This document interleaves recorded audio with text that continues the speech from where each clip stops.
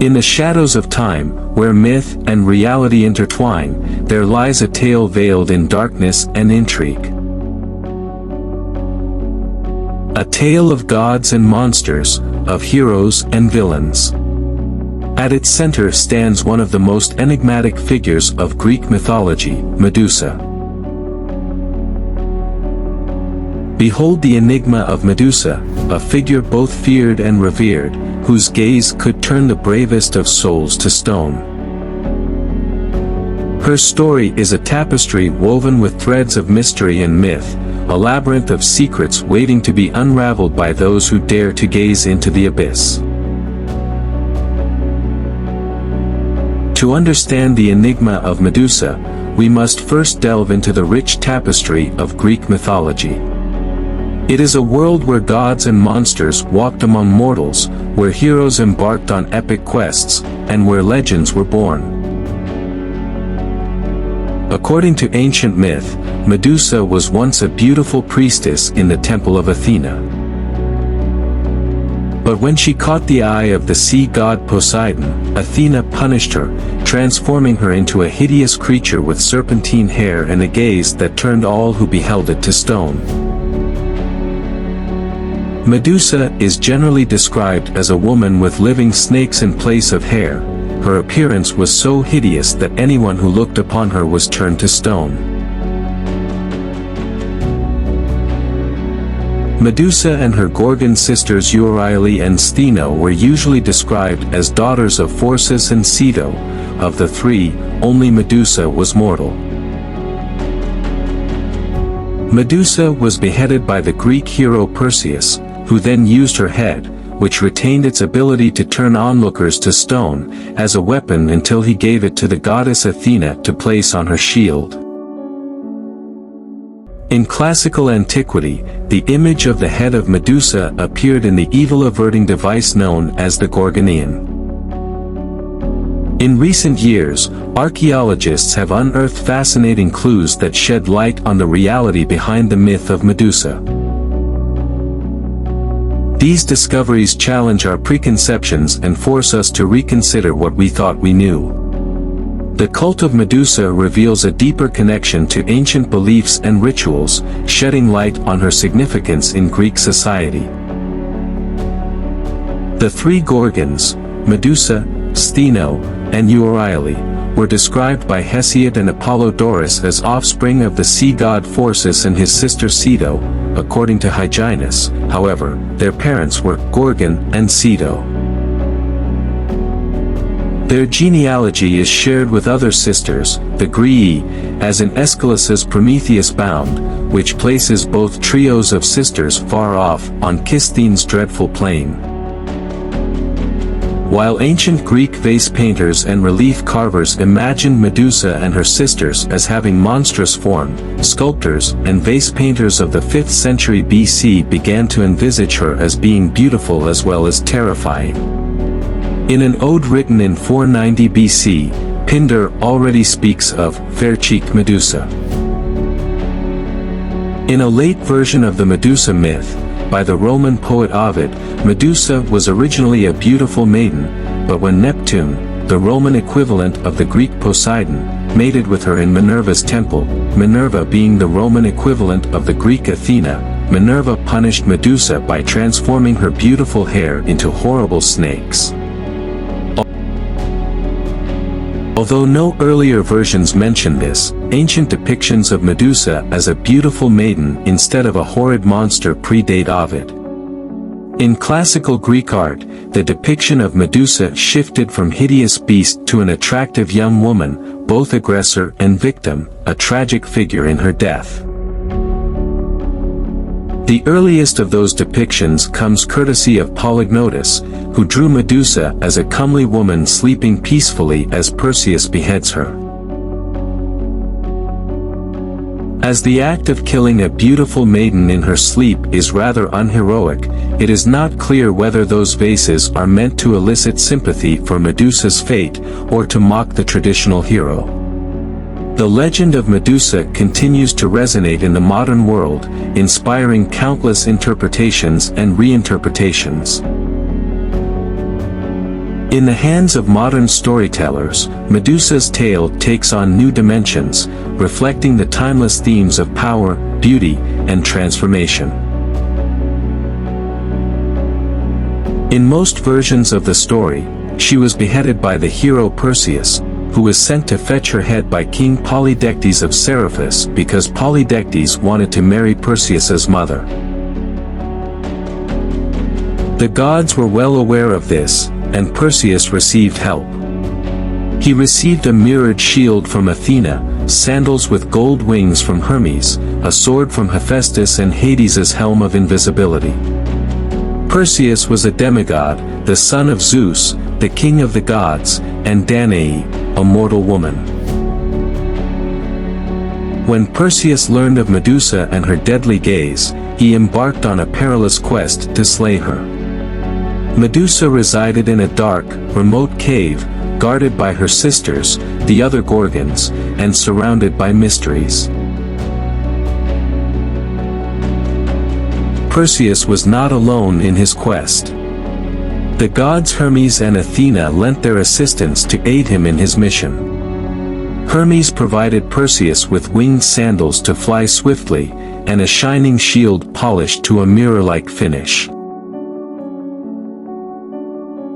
Athena, the goddess of wisdom and warfare, gifted Perseus with a sword of adamant, a material harder than any other, and imparted wisdom and guidance. Armed with divine artifacts and guided by his determination, Perseus approached Medusa's lair. Using his polished shield as a mirror, he avoided looking directly at Medusa, thus safeguarding himself from her deadly gaze.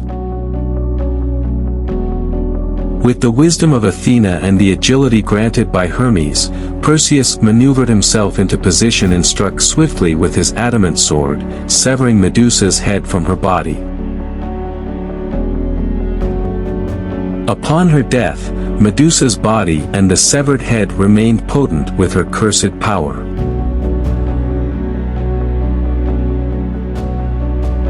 Perseus carefully avoided direct contact and, wrapping Medusa's head in a cloth, kept it as a powerful weapon to use against his enemies. In northwest Africa, Perseus flew past the Titan Atlas, who stood holding the sky aloft, and transformed Atlas into a stone when Atlas tried to attack him.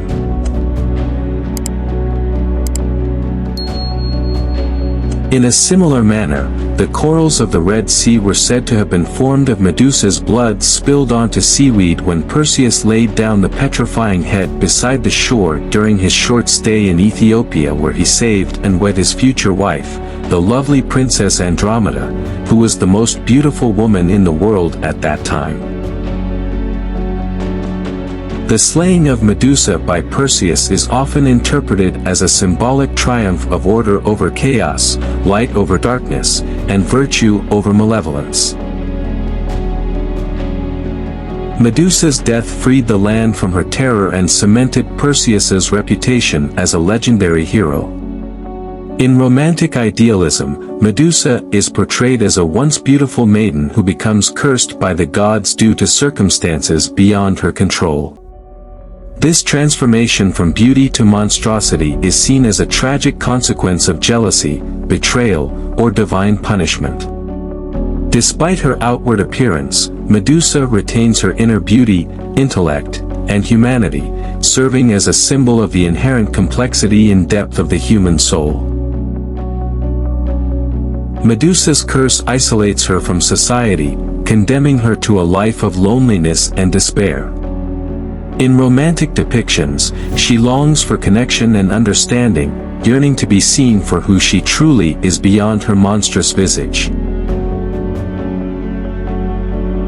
Her isolation evokes sympathy and compassion, as she grapples with her identity and searches for acceptance and redemption. Medusa's curse, which turns anyone who gazes upon her into stone, presents a significant barrier to any potential romantic relationship. Her very nature as a Gorgon makes it dangerous for her to form connections with mortals, as she fears inadvertently harming or petrifying them with her gaze. Despite the inherent risks, Medusa may find herself drawn to a mortal character, perhaps due to their kindness, compassion, or shared experiences. This forbidden love challenges societal norms and expectations, as it transcends barriers of race, status, and physical appearance. The theme of forbidden love often carries a sense of tragedy, as the lovers are faced with insurmountable obstacles that prevent them from being together. Medusa's curse becomes a metaphor for the barriers that stand between her and her beloved, highlighting the pain and anguish of unattainable love. In some interpretations, Medusa and her mortal lover may engage in a secret affair, meeting in secluded places away from prying eyes.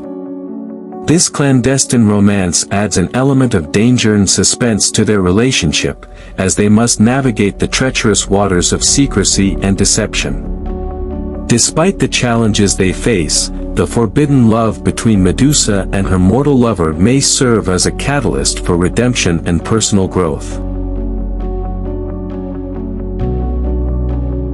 Through their love, Medusa may find solace, acceptance, and a renewed sense of purpose, ultimately transcending her cursed fate and embracing her humanity. In romantic idealism, Medusa's story is often imbued with themes of redemption and hope. Despite her tragic fate, she is portrayed as a resilient and courageous figure who strives to overcome adversity and reclaim her humanity. Through acts of compassion, self-discovery, and forgiveness, Medusa embarks on a journey of redemption, ultimately finding solace and inner peace.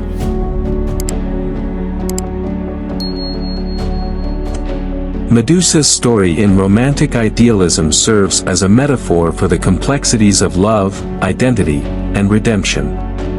Her transformation from beauty to beast symbolizes the fragility of appearances and the importance of looking beyond surface-level judgments. Her tale becomes an allegory for the human experience, exploring themes of resilience, forgiveness, and the enduring power of love to transcend darkness. And so, the veil of darkness lifts, revealing the enigma of Medusa in all its complexity. But as we journeyed through the labyrinth of myth and history, we discovered that some mysteries are not meant to be fully unraveled. Medusa's story endures as a testament to the enduring power of myth, the depths of human imagination, and the timeless quest for truth. As we bid farewell to the shadows of the past, may we remember that the mysteries of Medusa are but a reflection of our own inner struggles, fears, and desires. For in the darkness, amidst the whispers of ancient ruins, the legacy of Medusa lives on, an eternal enigma waiting to be explored, deciphered, and embraced.